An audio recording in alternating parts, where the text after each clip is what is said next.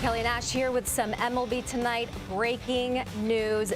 Big deal in the works. The Cardinals have agreed to acquire Rockies third baseman Nolan Arenado. Now, the deal is not official, not yet. Some other things have to be finalized. But here's what we do know, courtesy of Ken Rosenthal.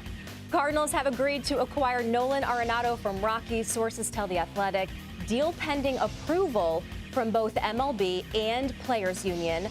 Rockies sending Cardinals significant cash, believed to be in the $50 million range. And Arenado will be deferring money.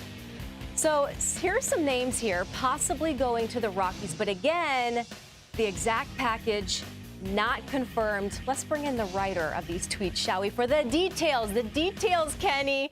We know you have them. What do you know? Well, Kelly, this was always going to be a complicated trade because Nolan Arenado's contract is so complicated. Remember, he has a no-trade clause. He has an opt-out after 2021. My understanding is that he will retain the no-trade clause if he goes to St. Louis, and also will keep the opt-out after 2021 and gain another opt-out after 2022. So these are important details. He can actually become a free agent again at the end of the next season, this one coming up, or the 22 season. So it's going to be really interesting to see how that plays out. But for the Cardinals, this is obviously a huge move. It evokes memories of the Scott Rowland trade in 2002. Another disgruntled third baseman who they acquired and who found happiness in St. Louis, at least for a good amount of time. And same type of player, really. Arenado has said that Rowland is one of his idols. Rowland was a great defender, excellent hitter. Arenado, 8-time Gold Glove winner, excellent hitter. And the Cardinals now get finally the big bat that they need should this trade go through. And as I mentioned, it's pending approval from the commissioner's office and the league office. Arenado has to formally approve the trade through waiving his no-trade clause. So there's a lot of paperwork and details to get through, but this should be official perhaps by Monday.